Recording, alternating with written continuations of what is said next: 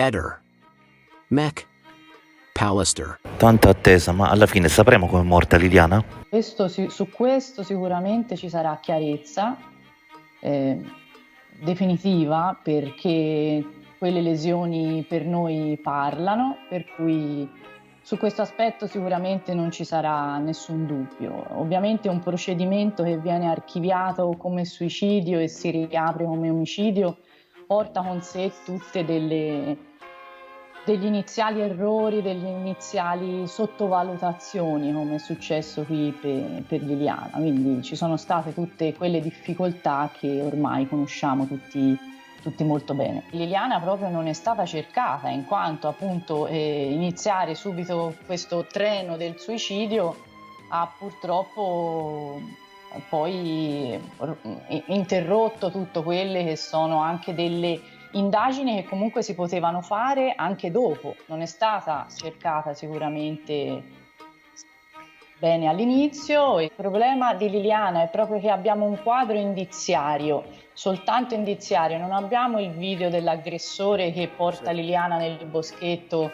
e la occulta, per cui i dati devono essere solidi, non dobbiamo farci portare da interpretazioni di cose appunto che già sapevamo come erano, e i dati devono essere più solidi e reali possibili. Sia la mancanza di lesioni da parte o di attacco da parte degli animali, sia la completa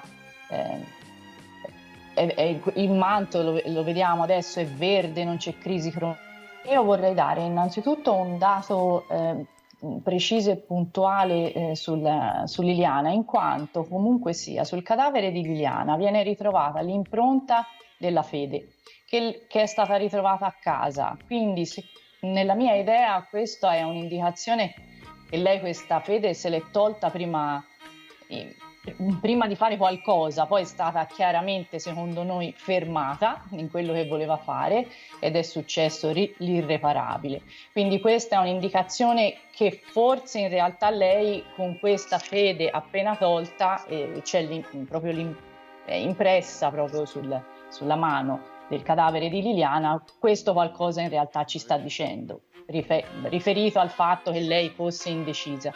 Sicuramente Liliana era una persona estremamente mite ed estremamente silenziosa. A me colpisce molto la telefonata che è stata cancellata, che è delle 8:22 della mattina. Quella qualcuno l'ha cancellata, ora speriamo di riuscire a sapere l'orario nel quale è stata cancellata. Siccome ne avete parlato giustamente, il guanto è stato chiesto dall'avvocato Gentile di poter confrontare l'impronta di questo guanto ritrovato con quella che sappiamo è l'unica e non papillare, quindi anche quella di un guanto in tessuto sui sacchi. Ora però la precisazione è d'obbligo, appunto per non creare suggestioni o confusione. Il guanto è molto vecchio e molto consunto, quindi è anche probabile che non c'entri proprio niente e che si trovasse in quel luogo nel boschetto da diverso tempo. Però ecco, comunque Nicodemo, l'avvocato Gentile, la richiesta l'ha fatta e è stata approvata dal GIP.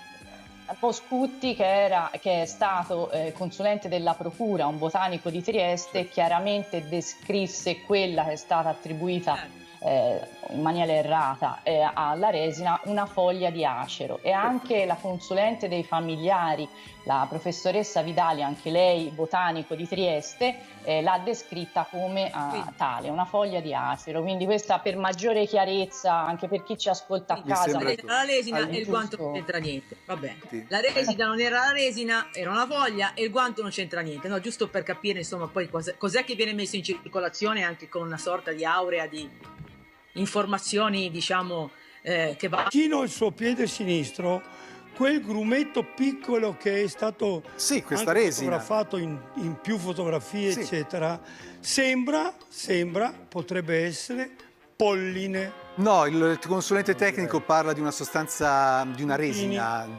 quasi una caramella sciolta, una resina, non polline. Il polline non ha questa...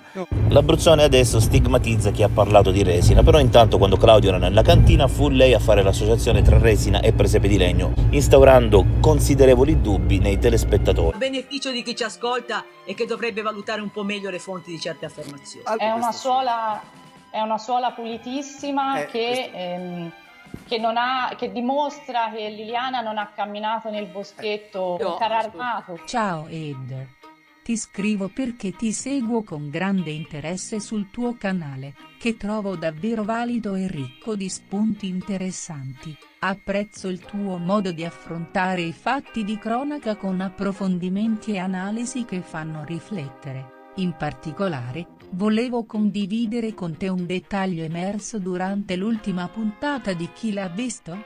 Che riguarda il caso di Liliana Resinovic. Hanno mostrato la traduzione di alcuni messaggi WhatsApp in codice scambiati tra Liliana e il presunto amante Claudio la sera prima della sua scomparsa. Un messaggio in particolare ha attirato l'attenzione di uno spettatore, che ha proposto una traduzione interessante. Il messaggio originale era: "Sono tenace, finirà a 13 mati e stasera a te". Lo spettatore ha notato che il numero 13 potrebbe corrispondere alla lettera O dell'alfabeto. Inserendo questa lettera e leggendo il messaggio al contrario, il testo tradotto diventa: "Te ok, sono tenace, stasera finirà, ti amo". Questa interpretazione suggerisce che Liliana stesse comunicando a Claudio che quella sera avrebbe affrontato una situazione importante.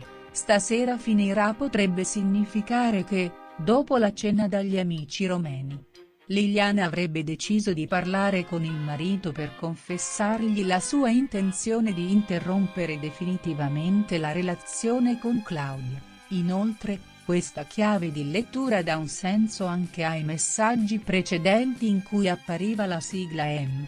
Non significherebbe amico mio, ma amore mio. Questo dettaglio renderebbe più chiara la natura dei loro scambi, confermando il forte legame tra Liliana e Claudio.